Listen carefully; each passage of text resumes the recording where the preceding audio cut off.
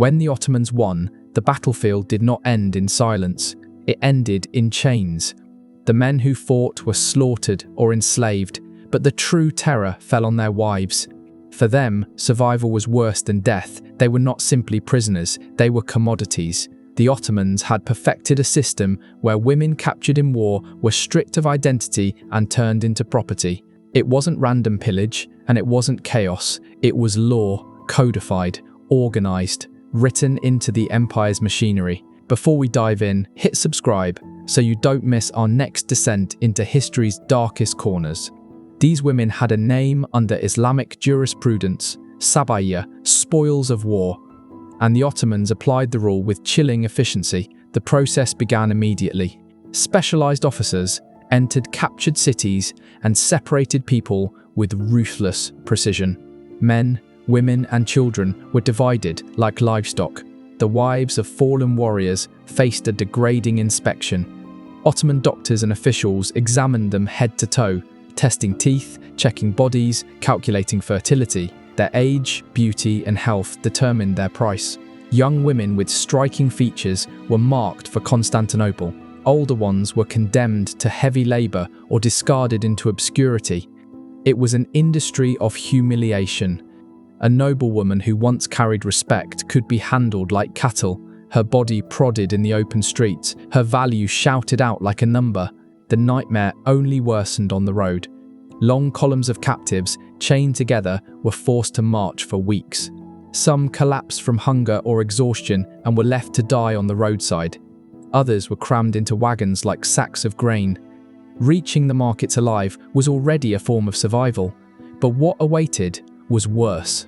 The slave markets of the Ottoman world were not secret, lawless dens. They were official institutions, regulated and taxed by the state. In Constantinople, Bursa, and Ankara, women were lined up for inspection under the eyes of eager buyers. Buyers could touch, examine, even test them before making an offer. A woman's skills were put on display like tools at a stall, sewing, weaving, cooking. If she failed to impress, she was beaten or priced down. There was no dignity left. The humiliation was the point. Women were forced to smile under threat, to show obedience, to act as though they had already accepted their fate. Behind them, scribes recorded everything: names, origins, ages, values. These ledgers of misery filled Ottoman archives. The most beautiful captives faced the darkest fate. They were funneled into the empire's harems. Forget the later myths of silken luxury and forbidden romance. The harem was a gilded cage, a prison wrapped in gold. Inside Topkapi Palace, thousands of women from every conquered land were held in confinement, competing for survival under the watch of eunuch guards. Language, faith, even names were stripped away. A Christian woman from Hungary or Greece would wake up one morning renamed, forced to speak Ottoman Turkish, forced to adopt Islamic rituals. Refusal was punished with starvation, whipping, or isolation in blackened cells. The harem was not just sexual exploitation, it was psychological annihilation. Women fought for scraps of influence, knowing that favoritism could mean protection and survival, while rejection meant abuse or death. Many never adapted. Some descended into madness, others took their own lives in desperation. The harem was not paradise. It was a graveyard for identity. For the wives of important men, the torment was even sharper. If their husbands were commanders or nobles, they were often forced to serve the very officers who had destroyed their families. Their degradation was intentional. It sent a message: if the noble women of your land can be broken, no one is safe. Resistance would always end with humiliation. The cruelty was systematic. Imperial scribes registered every detail: a woman's origin, her skills, her beauty, her price. It was the ultimate bureaucracy of dehumanization. To the empire, these women were numbers in a ledger, proof of power written in ink. But the Ottoman machine did not stop at enslavement.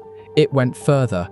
Captive women became producers of the next generation of slaves. Any child born of an enslaved mother automatically belonged to the master. Mothers were forced to raise children they could never truly call their own, knowing the empire could rip them away at any time. The womb itself became another tool of exploitation. And when even this was not enough, religion was turned into a weapon. Captive Christian women were dragged into forced conversions, ceremonies that had nothing to do with faith and everything to do with domination. Refusal meant torture. Acceptance meant the final severing of ties to their families, their culture, their entire past. Conversion made escape meaningless. Even if a woman ran, she could never return home. She had been erased, legally and spiritually. This was how the Ottomans turned conquest into permanence. The battlefield might last weeks, but the fate of the women stretched for generations. Their bodies became extensions of the empire's power, their children born into chains, their identities systematically obliterated. And yet, this is only half the story, because the Ottomans were not satisfied with domination in private. They weaponized humiliation in public, turning the suffering of these women into a warning carved into the memory of every conquered people. What came next was darker still. Forced conversion was not about saving souls, it was about breaking them.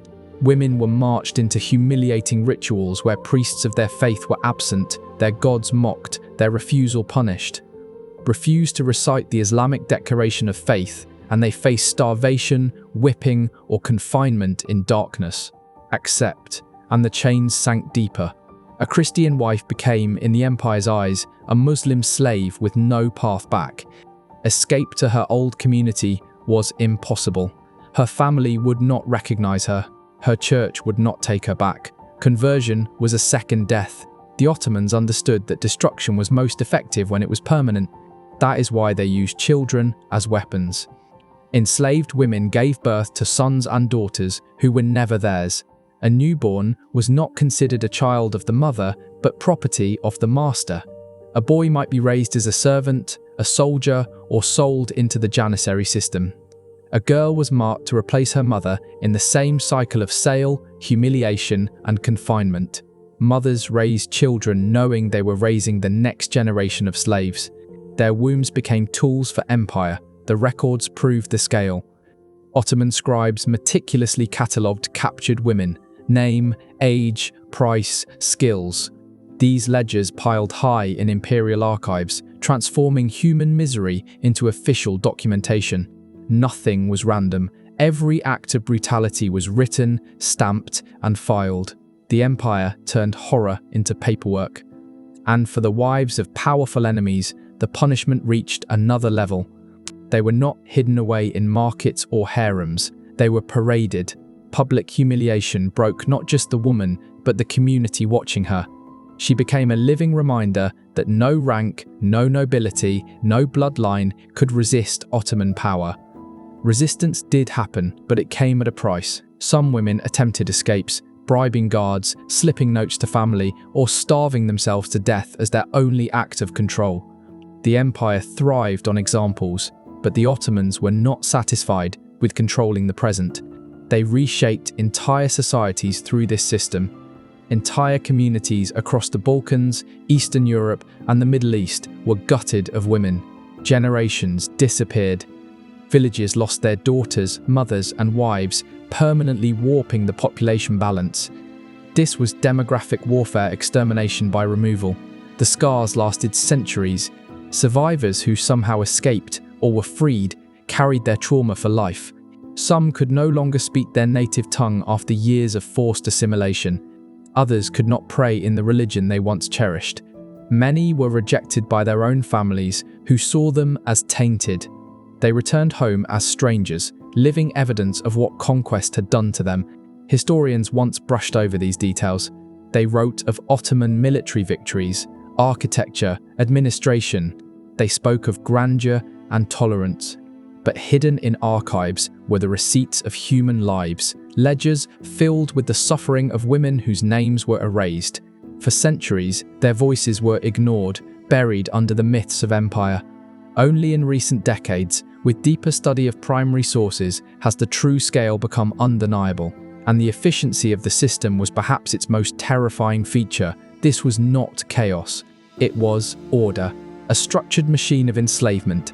designed to run smoothly, endlessly, generation after generation. Women became units of value, their suffering legitimized by law, their exploitation sanctified by ritual. The Ottomans exported this cruelty.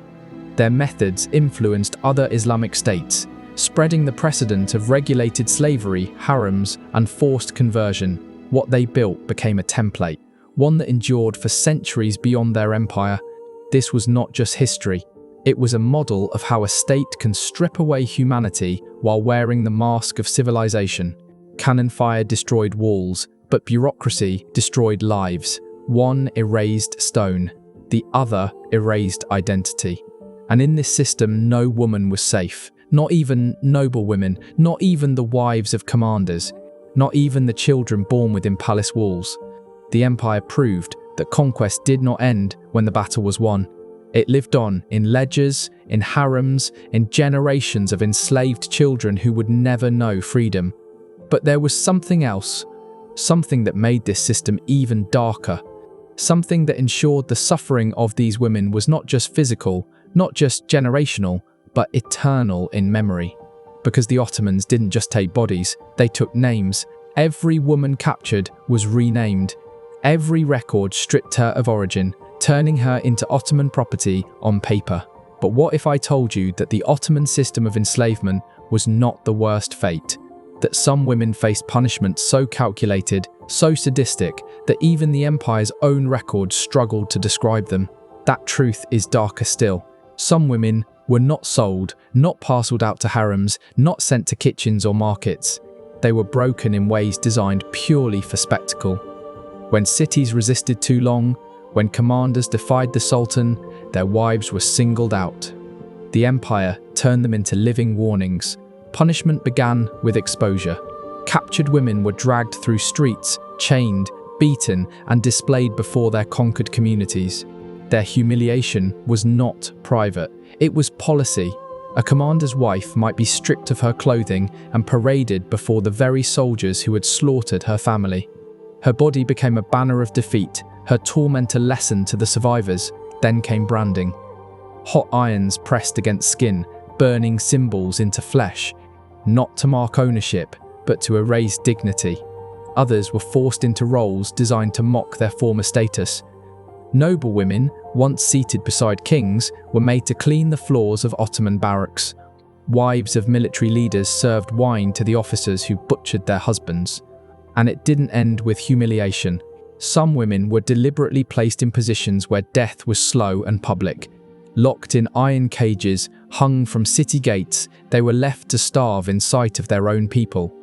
Their torment dragged on for days, each hour a living demonstration of the price of resistance. But the darkest fate was reserved for women who bore children of fallen leaders. The Ottomans feared bloodlines. They feared the possibility that one day, a son of a defeated commander might rise to reclaim his father's name. So they cut the lineage at its root. Infants were torn from mothers, sold, or executed. A mother forced to watch the killing of her child understood immediately the empire would not allow even the shadow of resistance to survive. For some, torture was methodical. Ottoman officers employed psychological cruelty alongside physical torment.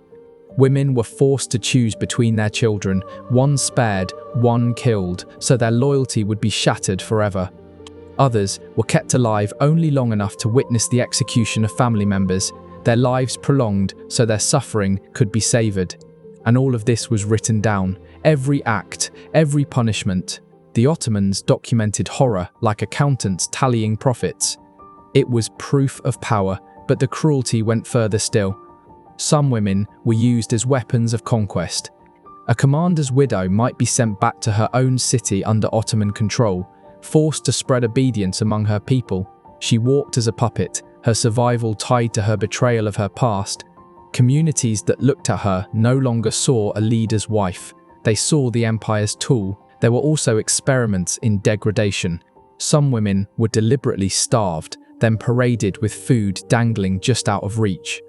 Others were forced into fights against one another, gladiator-like spectacles staged for the amusement of soldiers. The empire did not simply want obedience, it wanted entertainment. Human suffering became sport. Women who refused to convert were dragged into mosques and beaten in front of congregations until they whispered the words of the Shahada. Their broken voices became evidence of submission. For those who still resisted, the empire made their deaths slow, turning executions into drawn-out sermons on the futility of defiance. But perhaps the most chilling punishment was silence. Some women were erased not by death, not by torture, but by complete disappearance.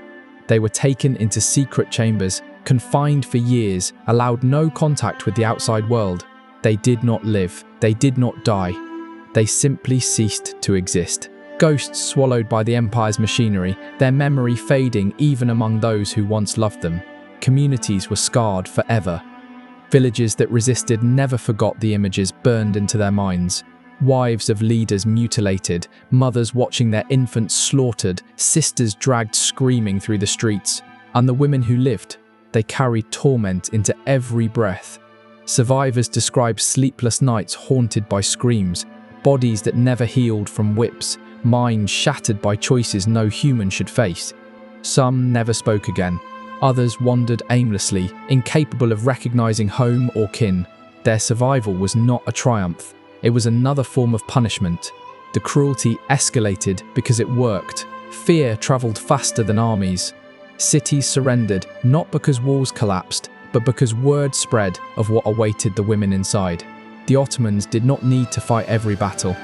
Sometimes, the screams of the conquered were enough to force the next city to open its gates. This was conquest by terror.